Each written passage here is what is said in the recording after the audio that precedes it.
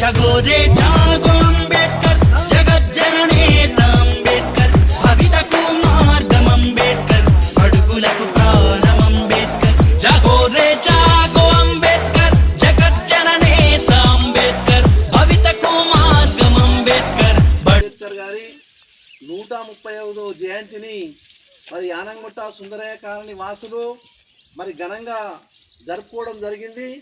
మరి అట్లాగే doctor BR Ambedkar మరి స్వాతంత్ర సమరయోధుడు, సామాజిక సంఘ సంస్కర్త, మరి అట్లాగే సామాజిక విప్లవకారుడు, మరి అట్లాగే లండన్ స్కూల్లో, మరి అట్లాగే కొలంబో స్కూల్లో మరి పిహెచ్డి పట్టాను పొందినటువంటి మొట్టమొదటి న్యాయశాఖ మంత్రిగాను, మరి అట్లాగే ఏదైతే కేంద్ర రాష్ట్ర ప్రభుత్వాలు ఇవాళ భారతదేశం వెరిగిపోతుందని చెప్తున్నటువంటి కేంద్ర ప్రభుత్వము మరి ఇప్పుడు ఇవాళ నిజామాబాద్ జిల్లాలోనే మరి ఏదైతే పసుపు బోర్డులు ఏర్పాటు చేస్తామని చెప్పారు, ఇప్పటి వరకు దానికి ఒక ప్రణాళిక లేదు. మరి అట్లాగే దాంట్లో పర్మనెంట్ ఉద్యోగాలు లేవు. మరి ఏదైతే కేసీఆర్ ప్రభుత్వం వచ్చిన తర్వాత బోధన షుగర్ ఫ్యాక్టరీని మరి తెరిపిస్తామని చెప్పారు, 100 రోజులలో తెరిపిస్తామని అప్పటి ఎంపీ కవిత అని చెప్పింది. ఇప్పటి వరకు కూడా అక్కడ బోధన షుగర్ ఫ్యాక్టరీని తెరిపించినటువంటి దాఖలాలు లేవు.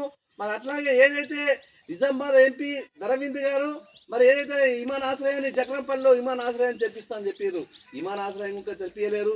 ఏదైతే కేంద్ర ప్రభుత్వము ప్రధానమంత్రి ఆవాస్ యోజన పథకం కింద ప్రతి పేదవాడికి ఇల్లు కట్టిస్తామని చెప్పారు. ఇలా 12.5 సంవత్సరాలు అయింది. మరి ఎక్కడ ఏ పల్లెల ఉడక పేదవాళ్ళకి ఇల్లు కట్టించినటువంటి దాఖలాలు లేవు.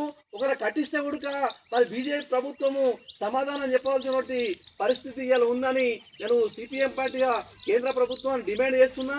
ఏదైతే రాష్ట్ర ప్రభుత్వము మరి ఇలా రాష్ట్రము పెరిగిపోతుంది, మరి దాన్ని సుందరీకరణ చేస్తున్నాము అని ఈ పాలకులు చెప్తున్నారు. ఈ దాదాపు సుందరయ్య కాలనీని 7.5 సంవత్సరాల నుంచి ఇక్కడ నిరుపేదలందరూ ప్రభుత్వ స్థలంలో గుడిసెలేసుకుని ఉంటే మరి ఇక్కడ ఉన్నటువంటి ఎమ్మెల్యే కానీ ఇక్కడ ఉన్నటువంటి కాంగ్రెస్ పాలకులు కానీ కనీసం ఇక్కడ వచ్చి చూసినట్టు దాఖలాలు లేవు. మరి ఇక్కడ కరెంటు లేదు, నీళ్లు లేవు. మరి ఏదైతే ఇందిరమ్మ ఇళ్ళు ఉన్నాయో మరి వీళ్ళకు స్థలాలుంటే ఇందిరమ్మ ఇళ్లలో 5 లక్షల రూపాయలు ఇచ్చి లోన్ ఇస్తామని చెప్పారు. ఇప్పటి వరకు ఉడక ఇక్కడ వచ్చి ఇవ్వలేరు. మరి కనీసం వెరిఫికేషన్ ఉడక చేయనటువంటి పరిస్థితి ఇలా కాంగ్రెస్ ప్రభుత్వం కనబడుతుంది. మరి అట్లాగే చదువుకున్న వారికి యువ వికాసం పథకం కింద ప్రతి ఒక్క యువకుడికి 5 లక్షల రూపాయలు లోన్ ఇస్తామని చెప్పిండ్రు. మరి ఇప్పటి వరకు కూడా దరఖాస్తులు పెట్టించారు కానీ ఇప్పటి వరకు యువ వికాస పథకాన్ని ప్రవేశపెట్టి మరి యువకులకు ఇచ్చినటువంటి పరిస్థితి కనబడతలేదు. ప్రతి మహిళా గుడక 2,500 రూపాయలు ఇస్తామని చెప్పారు. ఇప్పటి వరకు ఏ మహిళకు 2,500 కాదు కానీ 2 పైసలు ఇచ్చినటువంటి దాఖలా లేదు. అట్లాగే కౌలు రైతులకు 12,000 రూపాయలు ఇస్తాము సంవత్సరానికి అని చెప్పి రేవంత్ రెడ్డి గారు ఎన్నికల్లో ఇచ్చిన హామీ, ఆ హామీగానే మిగిలిపోయింది. ఇప్పటికైనా తెలంగాణ రాష్ట్ర ప్రభుత్వం కళ్ళు తెరిచి ఎక్కడైతే ప్రభుత్వ స్థలాలలో గుడిసెలు వేసుకున్నారో ఆ గుడిసెలలో మరి వారికి ఇంటి కట్టించి ఇందిరమ్మ ఇళ్ళ లెక్క ఇవ్వాలని నేను సిపిఎం పార్టీగా డిమాండ్ చేస్తున్నా. ఇప్పుడు ఏదైతే రాజకీయ నాయకులు అంబేద్కర్ విగ్రహాలకు కానీ అంబేద్కర్ మరి ఫోటోలకు కానీ దండలు వేస్తే దండం పెడితే తీరేది కాదు. ఆయన ఒక ఆశయాన్ని ప్రజల కొరకు ఆయన త్యాగం చేసి మరి ఆయన ప్రాణాలు అర్పించిండు. ఆయన లాస్ట్కు 4 పిల్లలు కూడా పిట్టలు రాలిపోయినప్పుడు కూడా ఆయన ఏం చేసిందంటే ఏడవలేదు, అధైర్య పడవలేదు.